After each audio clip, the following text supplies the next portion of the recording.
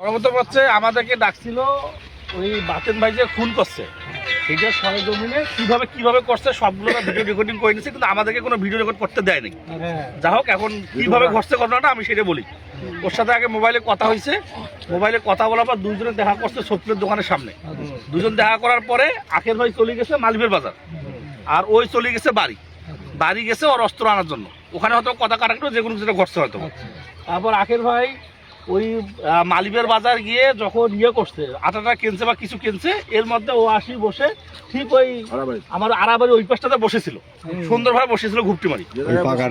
সেটা দেখাই একাই ও যেটা স্বীকার করছে সেটা একাই।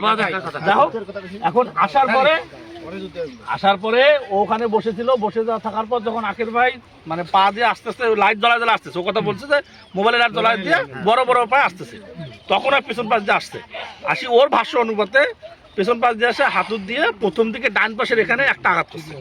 আঘাত করার পর সাথে সাথে পড়ে গেছে, আর পেছন দিক দিয়ে ডান পাশের ইয়ের দিকে আর কি বলছে এই পাশে চিবত কথাটা। যখন একটা আঘাত করছে, একটা আঘাত দিতে ও পড়ে গেছে এই পাশ দিয়ে। পড়ে যাওয়ার পরে ও আগত মোবাইল নিয়ে আগে ফেলাই দিচ্ছে, ওর ভাষ্য যেটা, ও মোবাইল নিয়ে ওই পাশে ফেলাই দিচ্ছে, যেটা মোবাইল পাইছে আর কি, পুলিশরা পাইছে, আমরা সবাই দেখছি। এরপরে কি করছে, ওই আরো দুই তিনটে ওর কথা আসছে, দুই তিনটে আরো ওই হাতুর দিয়ে ওইখানে বাড়ি দিচ্ছে।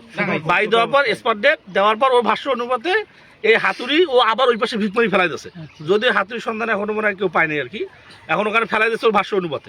দেওয়ার পরে এই দিক দিয়ে চলে গেছে বাড়ি যাওয়ার পরে আবার বাড়িতে ওর কাজটা শেষ করি ওই ফারুক নামে একজনের সাথে আবার ও ওঠে দেখা করছে, মানে সব শুনছে যে মারা গেছে, দোকানের মধ্যে ঠিক স্বাভাবিক মানুষের মতো চলে আসছে।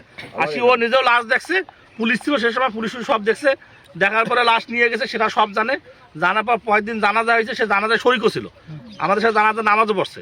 নামাজ পড়ার পরে 4 দিন পরে ও চলে গেছে, ঢাকা চলে গেছে। হ্যাঁ, ও ওর যেটা কথা হচ্ছে জানাজায় ছিল, যদিও আমরা কেউ চোখে ওরকম পরে নাই। আর তারপরেও ঢাকা চলে গেছে, ঢাকা চলে যাওয়ার পরে এরপর তদন্ত শুরু হয়েছে, ও বিভিন্নভাবে আত্মগোপন করার চেষ্টা করছিল। যা হোক, প্রশাসনের হস্তক্ষেপে যে কোনোভাবে কালকে রাত 1টার দিকে ওনাকে মানে ঢাকা থেকে ধরে নিয়ে আসতে।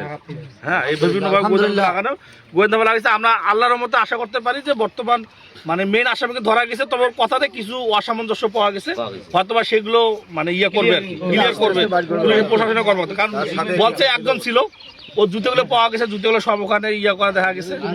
আর ওর কথা আছে জুতা ওরে যে জুতাগুলো ছিল ও জুতো পরে তো নিজে স্বীকার করছে, জুতা ও স্বীকার করছে। হ্যাঁ, কি কারণে সেগুলো কথা আমাদেরকে পুলিশ জানায় নাই।